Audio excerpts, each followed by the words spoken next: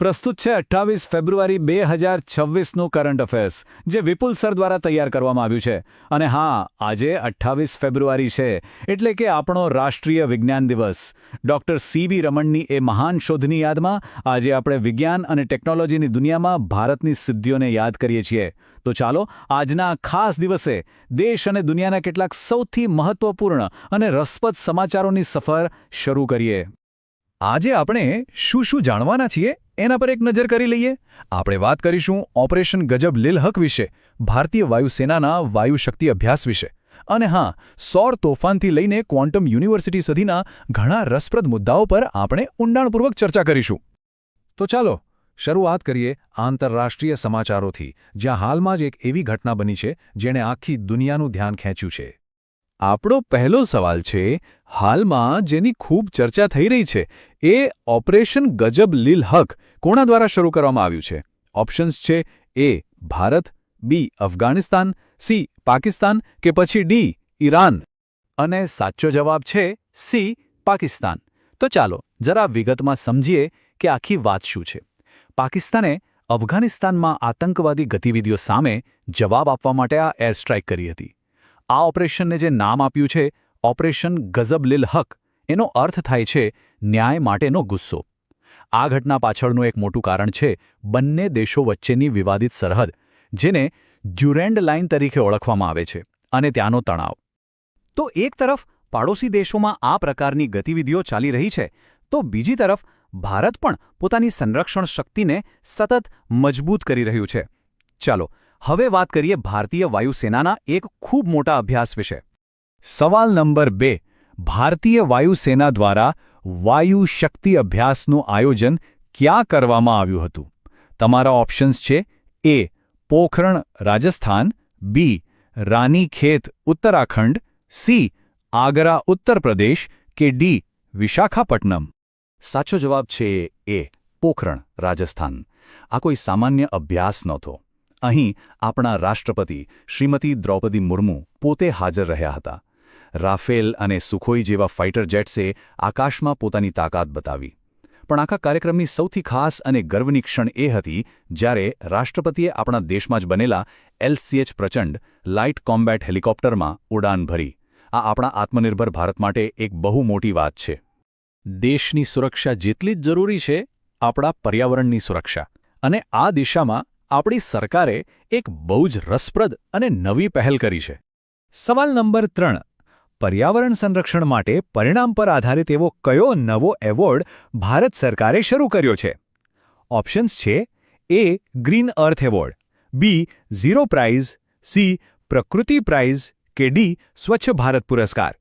અને સાચો જવાબ છે B zero prize. Zero prize. આ એવોર્ડનું નામ જ તેની આખી ફિલોસોફી સમજાવી દે છે. અહીં ખાલી વાતો કે યોજનાઓ બનાવવા માટે નહીં, પણ વાસ્તવમાં પરિણામ લાવવા માટે પુરસ્કાર મળશે. મતલબ કે જે કોઈ વ્યક્તિ કે સંસ્થા પ્રદૂષણને સાચે જ ઘટાડશે તેને આ એવોર્ડ મળશે. આ કાગળ પર કામ નહીં, પણ જમીન પર પરિણામને પ્રોત્સાહન આપવાની એક સરસ પહેલ છે. હવે આજે રાષ્ટ્રીય વિજ્ઞાન દિવસ છે, તો અવકાશ વિજ્ઞાનની વાત તો કરવી જ પડે, ખરું ને? તો આપણો આગળનો સવાલ એકદમ રોમાંચક ખગોળીય ઘટના વિશે છે. સવાલ નંબર 4, સૂર્યમાંથી જે શક્તિશાળી વિસ્ફોટ થાય છે, જેને આપણે કોરોનલ માસ ઇજેક્શન એટલે કે CME કહીએ છીએ, તેનાથી જે આઘાત તરંગો શોક વેવ્સ પેદા થાય છે, એનું નિરીક્ષણ કરવા માટે કયા ટેલિસ્કોપનો ઉપયોગ કરવામાં આવ્યો? તમારા ઓપ્શન્સ છે A Hubble telescope, B James Webb, C Gauribidanur radio telescope કે D વેધશાળા ઉદયપુર.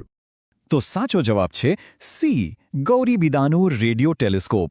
આ ટેલિસ્કોપ બેંગલુરુ પાસે આવેલું છે અને તેણે સૂર્યમાંથી નીકળતી આ શક્તિશાળી શોક વેવ્સનું અત્યાર સુધીનું સૌથી નજીકથી અવલોકન કર્યું છે. આ બહુ મહત્વનું છે કારણ કે આવી તરંગો આપણા સેટેલાઇટ અને કમ્યુનિકેશન સિસ્ટમને નુકસાન પહોંચાડી શકે છે. અને ગર્વની વાત એ છે કે આ અભ્યાસમાં આપણા પોતાના સૂર્ય મિશન આદિત્ય L1ના ડેટાનો પણ ઉપયોગ કરવામાં આવ્યો છે. વિજ્ઞાન માત્ર બ્રહ્માંડના રહસ્યો જ નથી ઉકેલતું, પણ એ માનવ જીવનને બચાવવામાં પણ સીધી મદદ કરે છે. તો ચાલો હવે જાહેર આરોગ્ય ક્ષેત્રે થયેલા એક ખૂબ જ મહત્વપૂર્ણ વિકાસ પર નજર કરીએ. સવાલ નંબર 5, સર્વાઇકલ કેન્સર જેવી ગંભીર બીમારી સામે લડવા માટે વડાપ્રધાન મોદી રાજસ્થાનના અજમેરથી કઈ વેક્સિનના અભિયાનનો પ્રારંભ કરાવવાના છે? ઓપ્શન્સ છે એ કોવેક્સિન, બી ગાર્ડાસિલ 4, ગાર્ડાસિલ 4, સી સર્વાવેક કે ડી એચવેક. સાચો જવાબ છે બી ગાર્ડાસિલ 4, ગાર્ડાસિલ 4. આ એક ક્વોડ્રિવેલેન્ટ રસી છે. સાદી ભાષામાં કહીએ તો એ હ્યુમન પેપિલોમા વાયરસ એટલે કે HPVના 4 સૌથી ખતરનાક પ્રકારો સામે એકસાથે રક્ષણ આપે છે. 14 વર્ષથી વધુ ઉંમરની દીકરીઓ માટે આ એક સિંગલ શોટ વેક્સિન છે, જે ભારતમાં મહિલાઓના સ્વાસ્થ્ય માટે ખરેખર એક મોટું અને ક્રાંતિકારી પગલું છે. સારું, તો હવે દેશના કેટલાક આંતરિક મામલાઓ તરફ વળીએ. મણિપુર તપાસ પંચ સાથે જોડાયેલી એક મહત્વપૂર્ણ નિમણૂક થઈ છે, જેના પર ધ્યાન આપવું જરૂરી છે. સવાલ નંબર 6. મણિપુર હિંસા તપાસ પંચના નવા અધ્યક્ષ તરીકે કોની નિમણૂક કરવામાં આવી છે? ઓપ્શન્સ છે A Ajay Lamba, B justice Balbir Singh Chauhan, C DY Chandrachud કે ડી રંજન ગોગોઈ. સાચો જવાબ છે બી જસ્ટિસ બલવીરસિંહ ચૌહાણ. તેઓ સુપ્રીમ કોર્ટના પૂર્વ ન્યાયાધીશ છે અને તેમણે અજય લાંબાનું સ્થાન લીધું છે. આ નિમણૂક આપણા ગૃહ મંત્રાલય દ્વારા કરવામાં આવી છે અને આ પંચ મણિપુરમાં થયેલા સંઘર્ષના મૂળ કારણોની ઊંડાણપૂર્વક તપાસ કરી રહ્યું છે. વિજ્ઞાન અને નવીનતા માત્ર મોટી મોટી લેબ્સ સુધી સીમિત ન રહેવી જોઈએ. એને લોકો સુધી, જમીન સુધી કેવી રીતે પહોંચાડી શકાય? ચાલો આ દિશામાં શરૂ થયેલી એક અનોખી પહેલ જોઈએ. સવાલ નંબર 7. ભારતના સૌથી પહેલા સ્ટેટ ઇનોવેશન મિશન યાની કે SIMનો પ્રારંભ ક્યાં કરવામાં આવ્યો છે? તમારા ઓપ્શન્સ છે એ બેંગલુરુ, બી અગરતલા ત્રિપુરા, સી હૈદરાબાદ કે ડી પુણે. અને સાચો જવાબ છે બી અગરતલા ત્રિપુરા. કેન્દ્રીય મંત્રી ડોક્ટર જીતેન્દ્રસિંહ દ્વારા આ મિશનનું ઉદ્ઘાટન થયું અને તેનો મુખ્ય ઉદ્દેશ્ય બહુ જ પ્રેરણાદાયક છે. ઇનોવેશનને લેબથી લેન્ડ સુધી લઈ જવાનો. એટલે કે પ્રયોગશાળાઓમાં જે પણ નવી શોધ થાય તેને સીધી ખેતરો સુધી અને ગામડાઓ સુધી પહોંચાડવાની છે. જમીન અને આકાશ બાદ હવે વાત કરીએ સમુદ્રી સરહદોની. સંરક્ષણ ક્ષેત્રે ભારતની આત્મનિર્ભરતા હવે સમુદ્રમાં પણ દેખાઈ રહી છે. ચાલો ભારતીય નૌકાદળમાં જોડાયેલા એક નવા શક્તિશાળી સભ્ય વિશે જાણીએ. સવાલ નંબર 8. ભારતીય નૌકાદળમાં સામેલ થયેલું ત્રીજું એન્ટી સબમરીન વોરફેર ક્રાફ્ટ એટલે કે દુશ્મનની સબમરીનને શોધનારું જહાજ, એનું નામ શું છે? ઓપ્શન્સ છે એ INS અર્નાલા, બી INS Androth, C INS Anjadip કે ડી INS વિક્રાંત. અને સાચો જવાબ છે સી INS અંજદીપ. દુશ્મન સબમરીન માટે એક મોટો ખતરો ગણાતા આ જહાજને એક મજાનું ઉપનામ પણ મળ્યું છે, ડોલ્ફિન હન્ટર.